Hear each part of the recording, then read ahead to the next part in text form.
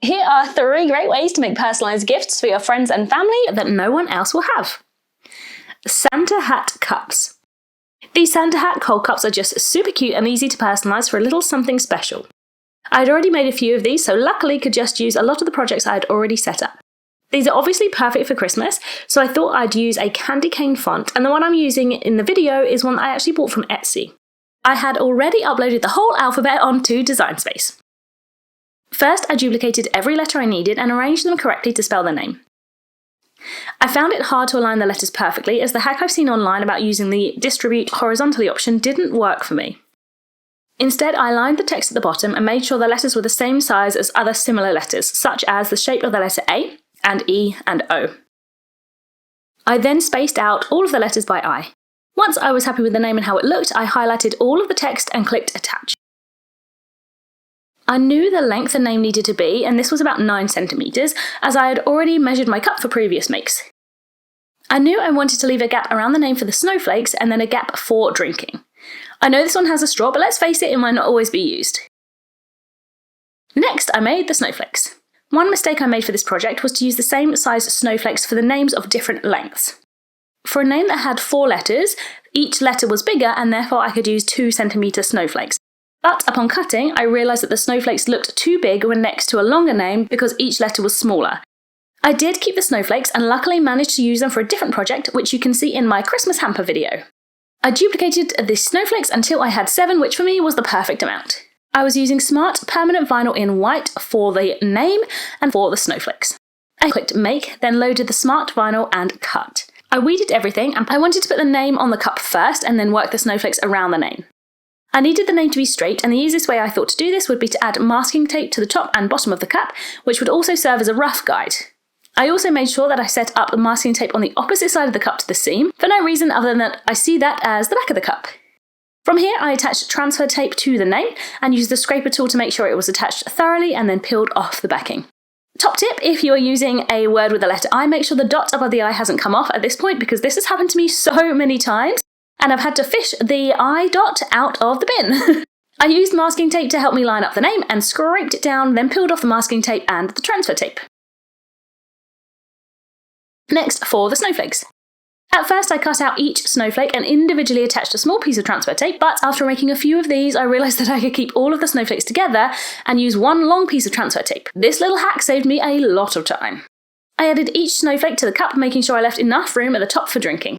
Once happy with the positioning, I used my fingers and the scraper tool to firmly attach the snowflakes before peeling off the transfer tape and revealing a beautiful cup. I then just added the straw and the hat cup to complete the look. I quickly made up some care instructions. I used the exact same method as with the first gift tag in my Christmas gift tags video, in case you want to check that out. My favourite make to date has to be this cute PJ set. I bought the set online as a blank, knowing I wanted to personalise the centre.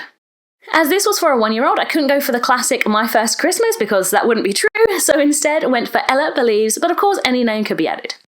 I measured the space on the t-shirt and made sure that the design would not take up too much space, but would also be big enough to be clearly readable.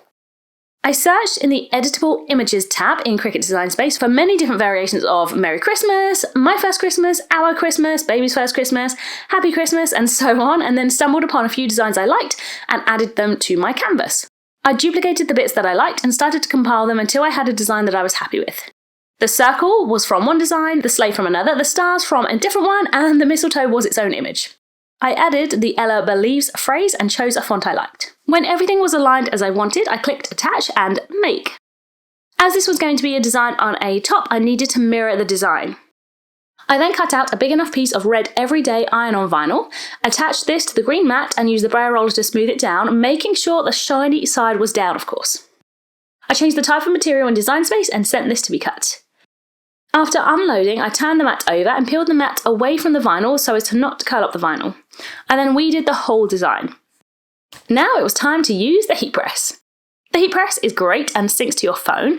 This means that I can use the heat press and the Cricut at the same time if I need to, and sometimes I have needed to. I used the heat press app on my phone to set the type of material I was attaching to the vinyl and the vinyl itself. I popped the top onto the heat-proof mat and covered with a sheet of baking paper. I then followed the instructions the app had sent to the heat press. I removed the baking paper and spent a long time aligning up my design with the centre of the top. I find that bigger pieces of vinyl slightly stick to the top and don't peel away, so I didn't actually need to use any heatproof tape to stick down the design. I replaced the baking paper and put the heat press on top and pressed the go button. Now I will say that I've made close to 100 different projects with the heat press, and one go with a heat press has never ever been enough for me. I usually need 3, but this one actually took 5. Maybe it's because the design was bigger than I usually make, or maybe it's because that the heat press set it to a lower temperature. I'm not sure why, but it took 5 attempts for me to feel like it was actually going to stick to the top. Anyway, 5 heat presses later and an overnight cool down, and I peeled off the backing paper and the design was perfect. Now I just needed to grab the bottoms and the outfit was complete. My next gift is another cup, but this one is super simple and quick to make. I started by measuring the cup. I then took off about 4 centimetres, so 2 centimetres from the top and 2 centimetres from the bottom, and that gave me a rough measurement for the name. I then wrote the name and moved it to the side so I could see the font choices on the left and what it actually looked like on the right. I wanted something relatively thick, swirly and joined up. It took me a long time, but I eventually chose Mahogany Script STD. I made sure this was the correct size and hid any other fonts I didn't like, and then clicked attach and make. I had a scrap of white permanent smart vinyl left over, so I popped this onto the green mat and used the Brayer roller and let the Cricut cut. After unloading, I weeded the inside of the letters first and then the backing. I attached transfer tape to the name. I went to use masking tape on the top and bottom of the cup as with the first cup I made, but I realised that this cup already had ridges that I could use as a guide.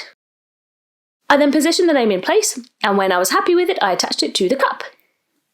I used my fingers and the scraper tool to make sure it was firmly in place before removing the transfer paper. I popped on the lid and showed off my cup as I was super proud of this one. I love personalising different things for presents for people. Which of these 3 projects are you going to try?